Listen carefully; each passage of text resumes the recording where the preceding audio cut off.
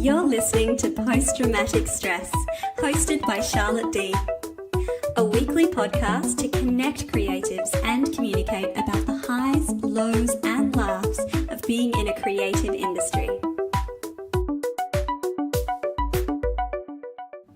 Hello and welcome to Post-Dramatic Stress episode 3. Today I am here with two very special guests, Isabella, Jacqueline and Luke Mcintosh. Hi guys, how you going? Hey, how's it going? Am I good? Good.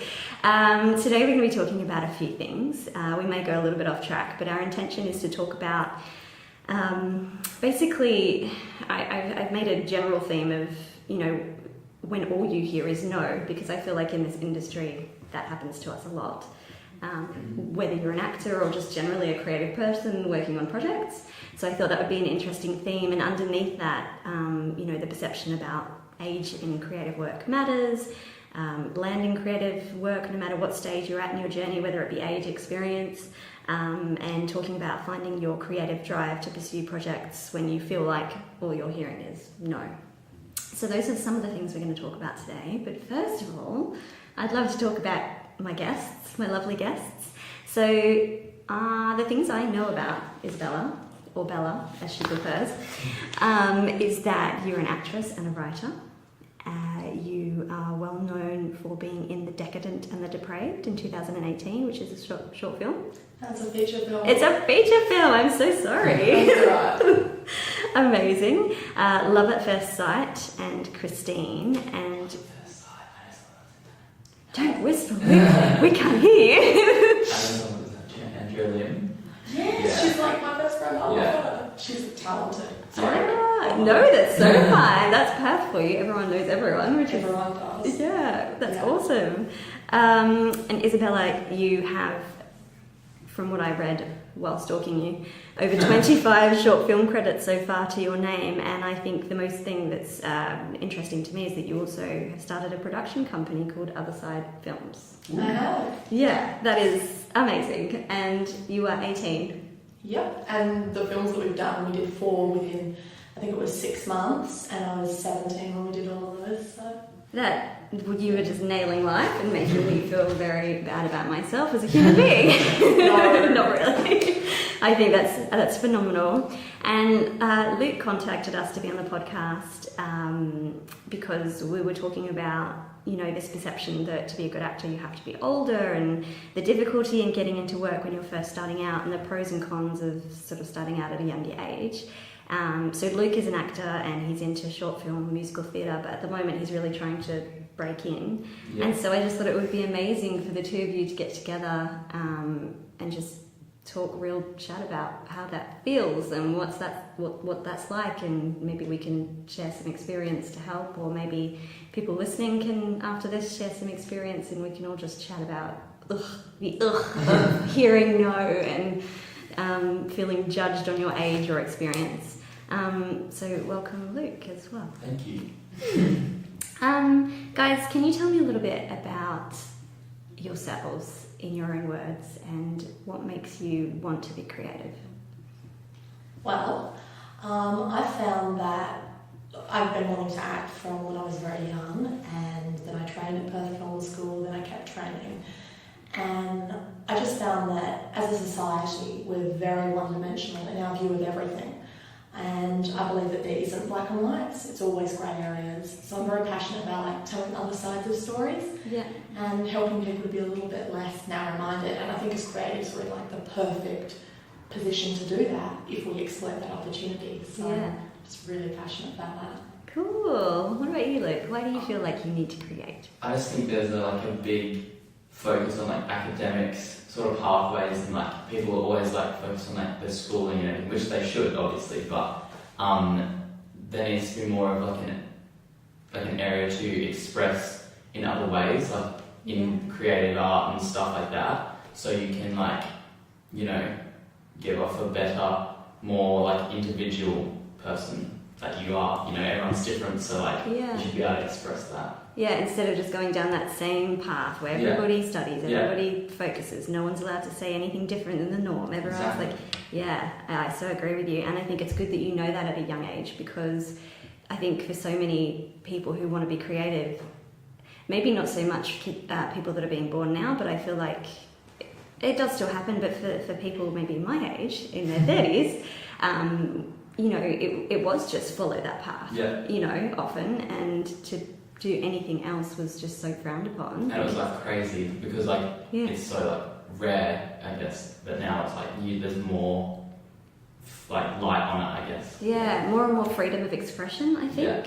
Like we're so able to reach people as well now with, you know, better technology and YouTube and Instagram, and I feel like society is now being pushed to make something of themselves and be unique instead of fitting into that box. Yeah. Which is good. Yeah. Everyone is unique, so. Yeah, I agree. Very exciting. Okay, well, let's start talking a little bit about the perception that age in creative work matters. Just initially, what are your thoughts on that? No.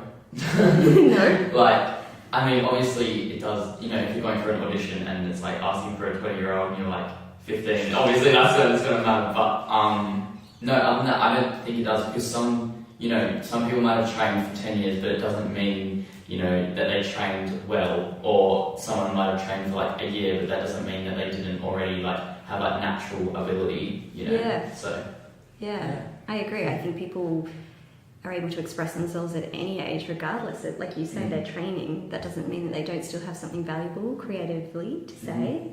What do you think, Belle? I think a lot of the time younger people also have a more fresh and unblinkered perspective on what they want to say.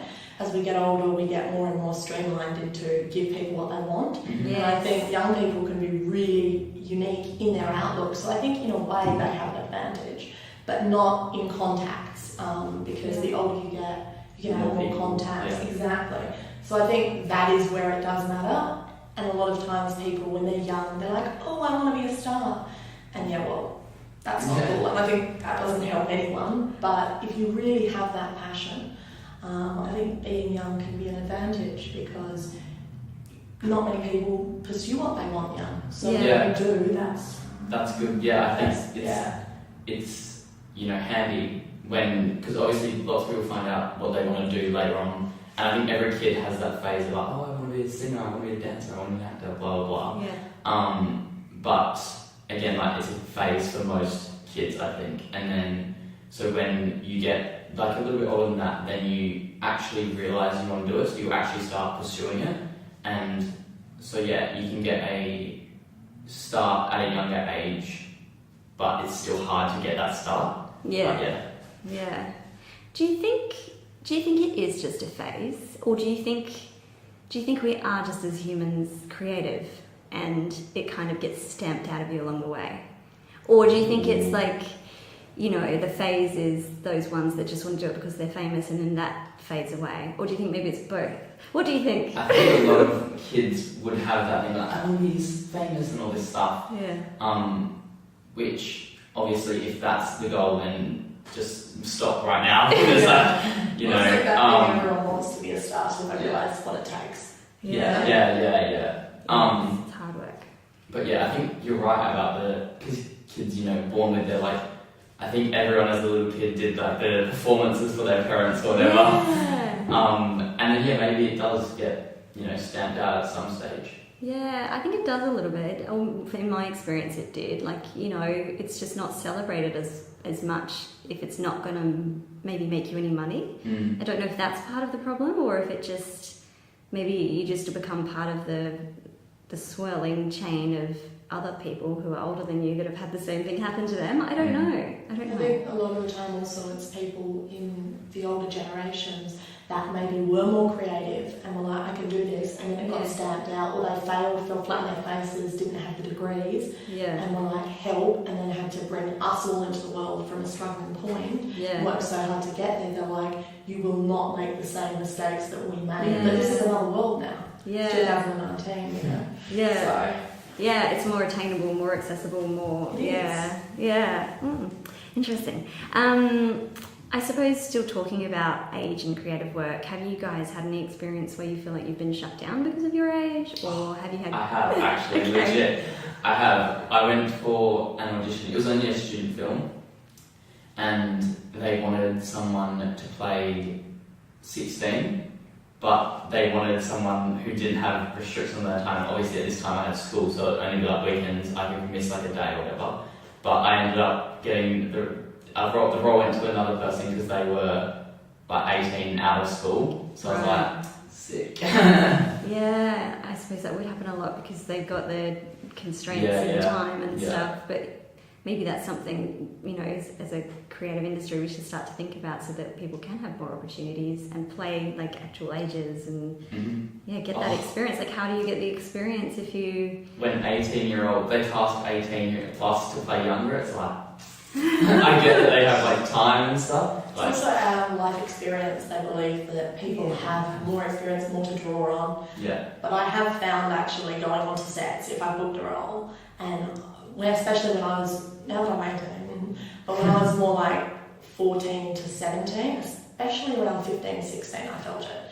I would have an idea about something, or I'd be like, I don't feel like this is correct. I'd question them about it, and they'd be like, basically, shut up. What do you know? You're a baby. Do what you're told. And I got to a stage where I stopped saying how old I was. All of my friends thought I was about 23. I always looked older. And then when I turned 18, I was like, hang on a minute, what am I doing? Yeah. So basically I said on my Instagram, hey, I'm 18, and I got all these messages like, what? But I think the thing was, I felt that I couldn't be myself my own age because people immediately judged and wouldn't listen when you do feel like you have something to say. Yeah, it's so disappointing, isn't it, that people don't at least assess the situation first, because there are 14-year-olds that have had so much happen to them in their lives already, and they do have a lot of experience to share. And then of course it is sometimes true that, you know, someone's lived just this lovely life and nothing's really happened to them yet, so they're not going to bring much to a creative project if we're talking about acting. But yeah, it would definitely be nice if that was assessed beforehand. I don't know how you would. I mean, you can't just ask it. What painful things have you been through? We have directors do that. Oh, really? Interesting. What about in other areas of life creatively? Do you think age matters, or have you had any other experiences where you felt like hindered, or maybe, as you were saying before, actually it was a benefit because you had a new vision that other people didn't have? Yeah, I think when you're younger in like creative ways, you think differently, you know, because you have, I don't know, when you're younger, especially at a really young age, you can like, you know, you don't really like process what goes in your brain, it just like is in there and you can just like ping it out, you know? Like the judgment isn't there? Yeah. The So self-consciousness. so you can just like express like, you know, and then when you get older and you like, you know, grow up into society and all that stuff, then you realise the like expectations, the like values and like what people see of you and everything. So yeah, I think you can keep that. I think that's the challenge, because I think that's something I'm thinking about at the moment, and I'm in my 30s, as I said. But if you can remove that judgment, I think that is the issue for most creative people, no matter what your age is. I think it's easier from hearing you guys when you're younger for some reason.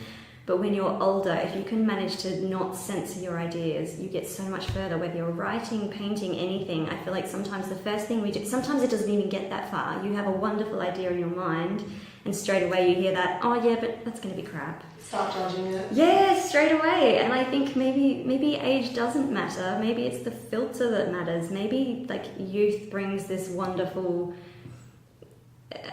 hopefully, experience of you just haven't had so many knockbacks and judgments yet, so maybe that's why the creative vision is still more free, whereas as you get older, like you say, you have more and more things happen to you in society and more people saying, oh, that's crap, you know, more and more, like, it's not always, there are positive experiences as well, but I think if you can keep that youthful naivety of your own and remove the judgment, maybe that's something interesting. I think it's as you start getting older, you stop caring about how you feel and what you think, and basically all about yourself, and it starts being all about everyone else. Yeah. It's like, what do they think about me, not what do I think about me? So that's something I'm working on at the moment for myself. Just, you have to bring it all back down to yourself, because people treat you the way you treat yourself. Oh yeah. So whatever you're putting out there is coming straight back. Yeah. Oh. What about if we move on a little bit and talk about, you know, hearing no? We talked about age and whether or not it can make you be hindered or like you say, maybe be a benefit. But what about creative work and managing to land creative work no matter where you are at in your journey, whether it be age, whether it be experience? What are your experiences in that? Do you find it easy to get work? Do you find it really hard to get creative work? How is it for you? I'd say... You go first. Okay, it's not so much age, it's Perth.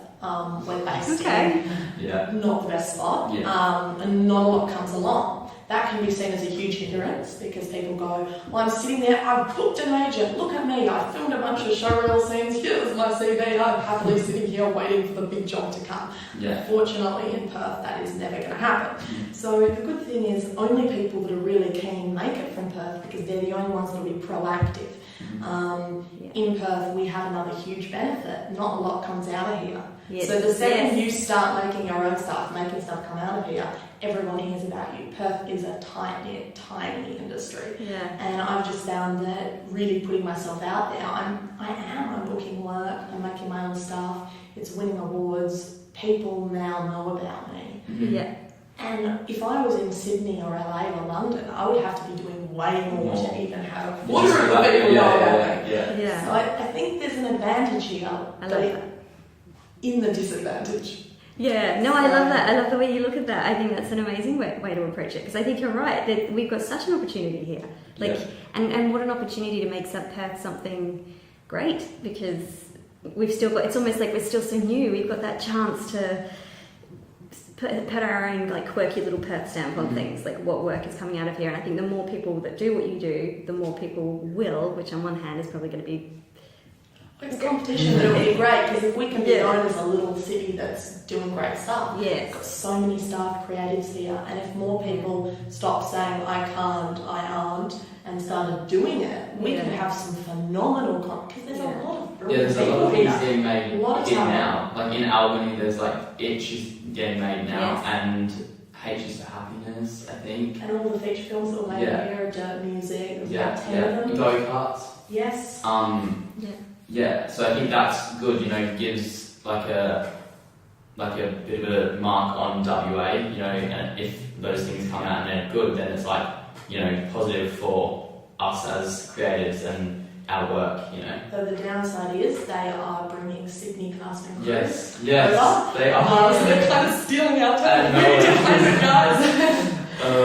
I think that's a tricky one because sometimes when you've got a creative project, no matter what it is, people, like we were talking about before, people want to know it. They want to judge it before they've even seen it. So I think that's why they do that, because these people are well known and they're like, well, the judgy people will look at it and go, oh, I know that person, he's all right, so it will be all right.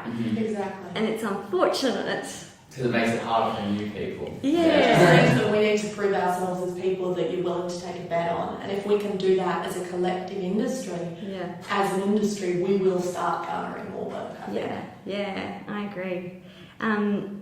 Luke, what do you think? Sorry, I feel like we're going to hear something from you as well, and we got really excited about what we were saying. Have you had any experience?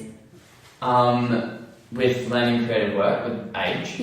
Or just generally, how do you feel about landing work? Is it hard? Is it great? What's happening for you? So I feel like it changes, it varies. Some periods, obviously, because I'm obviously looking for roles that are between probably 14 and 17. I can only go within those. I can't play older and way younger, obviously.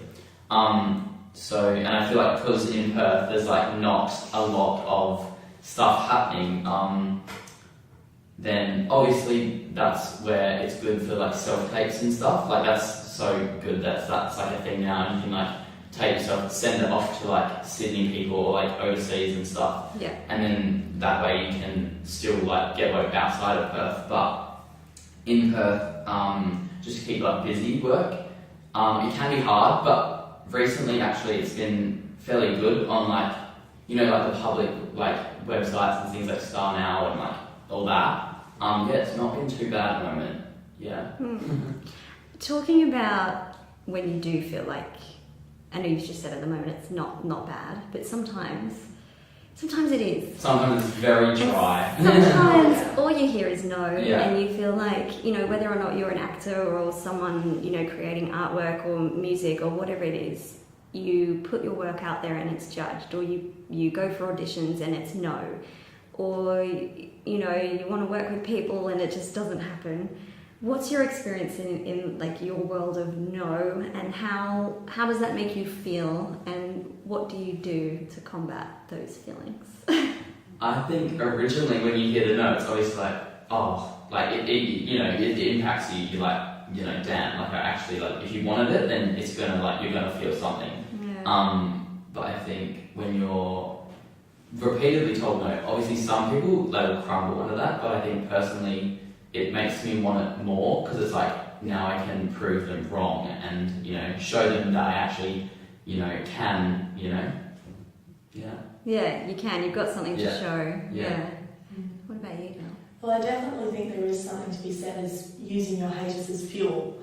And even when you're doing well, there are people, tall poppy syndrome. I find that when I'm doing well, I suffer from depression quite frequently, and when I'm actually seemingly doing well, that is usually when I'm at my worst, because everyone around you starts treating you very differently. But when you aren't doing so well, sure, you go through patches where it's like, well, why am I doing this? Because obviously I'm not that great. Especially so easy to you know everybody. You don't book You something, do. you know you booked it. You know, you Yeah. compare. But everyone does have something different to offer. Yeah. So I feel like I don't try to snap myself out of it, just let myself, I feel like I'm a bob. You know, you get dunked under by the waves and then you just bob back up. I think that's very important. Then you go, okay, accept the criticism, do better next time. And it's just a question of also letting go and knowing, maybe this wasn't my ability. Maybe I just wasn't right for that part. Yeah, because, you know, any kind of creative work is a form of art, right? No matter what it is. And sometimes it's just not the right flavour that someone's looking for, or sometimes art is disliked. And I think that's okay, because I think I've started thinking of it as, you know, you might look at a painting and it might make you feel really angry, or it might make you feel great, or you might hate it, or whatever it is, some message that someone's saying. But it's still a form of art, and you're still making someone feel something, even if it's not what they like. And I think if we maybe realign our perceptions a little bit about the no's, I think maybe that's where the healthy part of managing that lays, that, like you say, you're just not right for that vision. Yeah. And that's okay. And like someone else, like with the art, if they feel angry, someone else might come and look at it and be like, I feel great, you know, like that makes me happy. Yeah. So like as well, in like an audition or something, it might not always be your talent, but you might not like physically look like what they wanted it to look like, which is like bad, but like that's what they need. So yeah.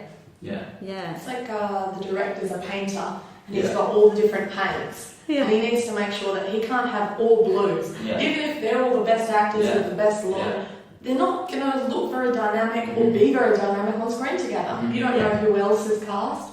It's got to be a nice rainbow, if you like, you know? If it's not, it's going to be a film that's going to go nowhere. So, and they're going to obviously want to like make sure they get their vision on screen, and then other people can interpret it how they want. Exactly. So. Exactly. Something I think is important when you do feel like you're hearing no, and you're in those stages where you're a little bob and you're under the waves, I really like that, is I think keeping your drive alive, and if possible, like we were talking about before, creating your own work. And in particular, Belle, I really like your experience in that, and you know, you've not only gone out there and just made sure that you could be in as much work as possible and networked, but you've created your own production company. Could you tell us a little bit about why you did that, and what that's like for you, and what your experiences have been? And Sure. So I'm, as I mentioned before, very passionate about telling the other side of the story, and I was doing film reviewing for about a year. And I was watching, and it was always the same, you know, it was showing the same side to everything. And I was thinking, is it impacting someone if you're reinforcing their existing opinion instead of tricking them, if you like, into acknowledging another point of view?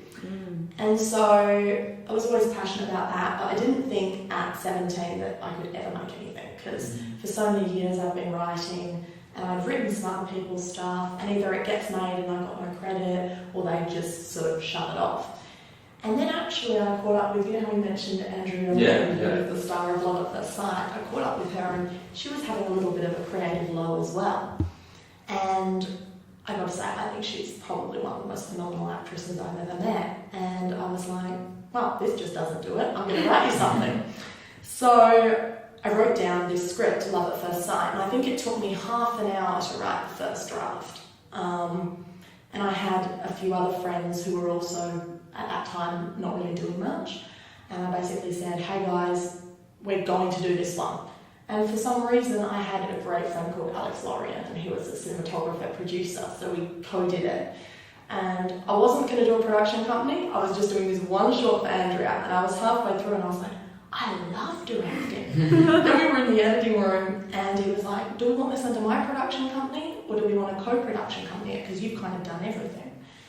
And then I was like, oh, so I put other side films, other side of the story. Yeah. And then got that one out there, it just started winning everything we were entering in it, it was winning. And I was loving it so much, so I was like, I'm going to do another one. And then it just kept going from there, and I didn't look back, really. What a great first experience to not only do that, but then win awards as well. Like I put that down to my team, they were phenomenal. But that's such a great thing, because that's going to spur you on to do more. But let's say that didn't happen. Let's say you did all that and it got really terrible reviews and everyone was like, that's terrible. Would you still have kept going? I think so. Yeah. Because once I was on that set directing, I suddenly realised that was something that I was just very passionate about, because I've been acting for so many years, watched so many coaches and directors. Yeah. It was pretty easy for me, and I was acting a supporting role in that film, and suddenly I was realising when I was acting I was not enjoying that half as much as actually being, as an actor you're telling one part of a story, as a director you're looking at a full story. Yeah. And yeah, I love being able to do that. Yeah. So, that's brilliant. Very cool. I think, you know, when we're talking about our creative drive, we were talking about this a little bit last week, there's always a really big undercurrent of why. There's always a why under there. There's always this need, like, for you to express all these parts of the story. And I think knowing that and having a clear message, well, this is what I think, tell me what you think, you know, knowing your clear message and what you want is going to help you get work and land work and create your own work. So I think this whole idea of, you know, there being a world of no, I don't know if that's true.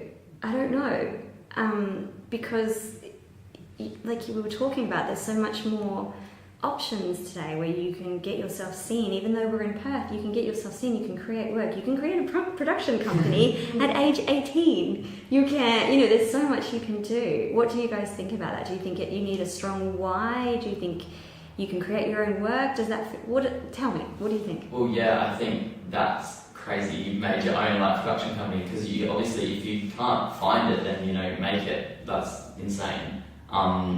So well done. Yeah, well done.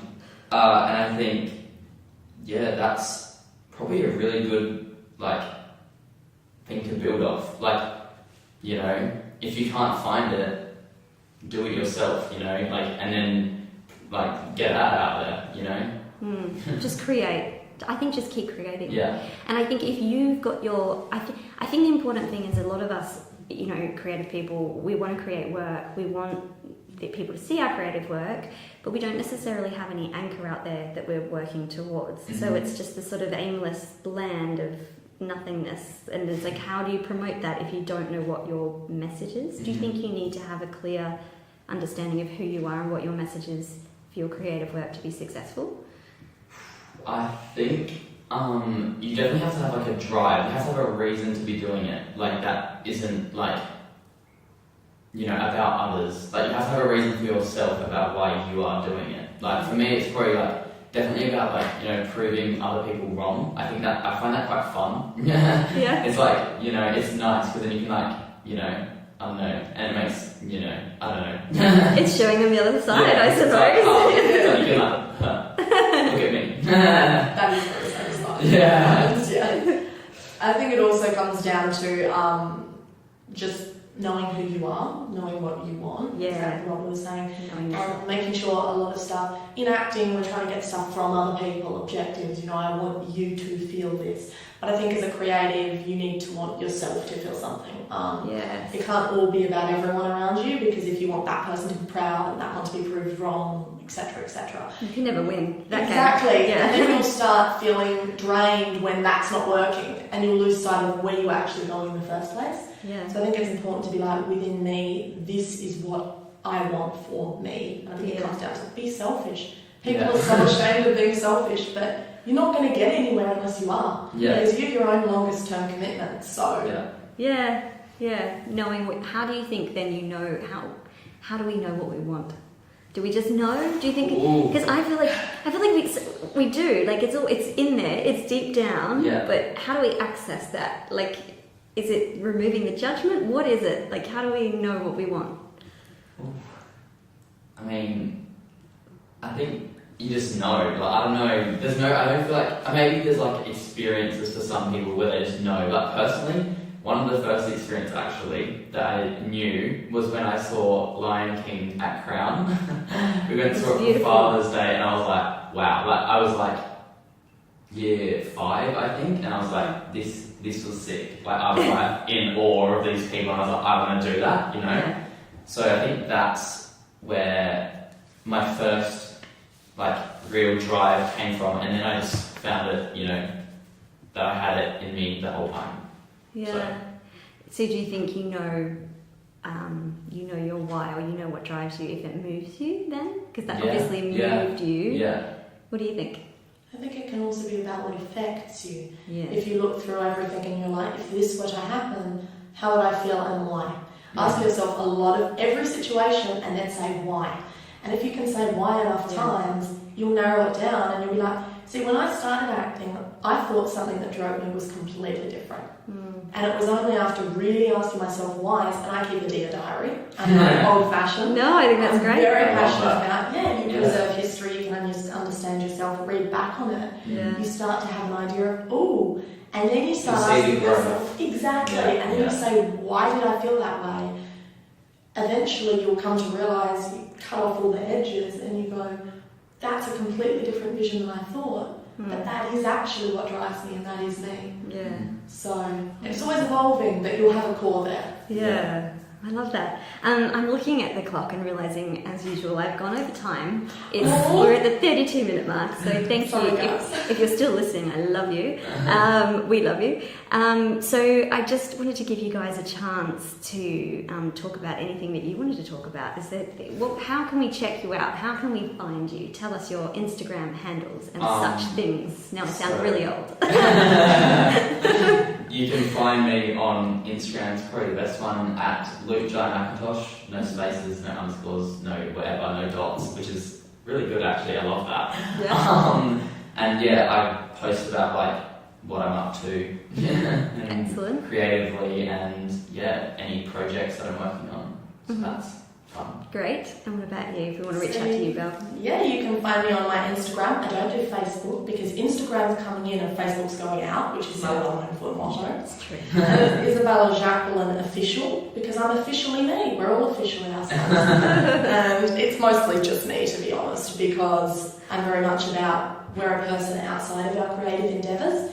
If you do want to look at my film work and stuff that I'm actually doing through my production company, my production company is otherside.films, but that's in my Isabella Jacqueline official bio link thingy, so you can see that. Excellent. And I will ensure that I post your lovely Instagram handles and things on our Instagram, which is that's really bad. I haven't got it. Give me my phone off. That's terrible. What a bad podcast person I am. Luke's guys. Luke's gonna handle this for me. It is on the past podcast, but I believe I think it's just post dramatic stress pod. But I could be wrong on Instagram. It is. I do have Facebook, if you search for post-traumatic stress, and you will It is find... post-traumatic stress pod, no dots and no underscores. Thank Charlotte you. got it right. There we go. I do have a brain sometimes. And there's also stuff on my website, which is www.lettingcharlotteout.com. And you will find all sorts of things on there, including this podcast. Guys, thank you so much. That was such an amazing conversation. Thank I really you. enjoyed Thank you for having us. Yeah, thank you. And thank you for listening. If you're listening out there in podcast land, thank you for connecting. And we love you. We do. And go out there and create and feel supported and get in if touch. they say no, who cares? Exactly. Don't say no to yourself. Yeah. Yes, I love that. We will end on that. Thank you so much. Thank you for listening to Post-Traumatic Stress. To connect with us or to register to come on the podcast, visit us at www.lettingcharlotteout.com or email us via postdramaticstresspod@gmail.com.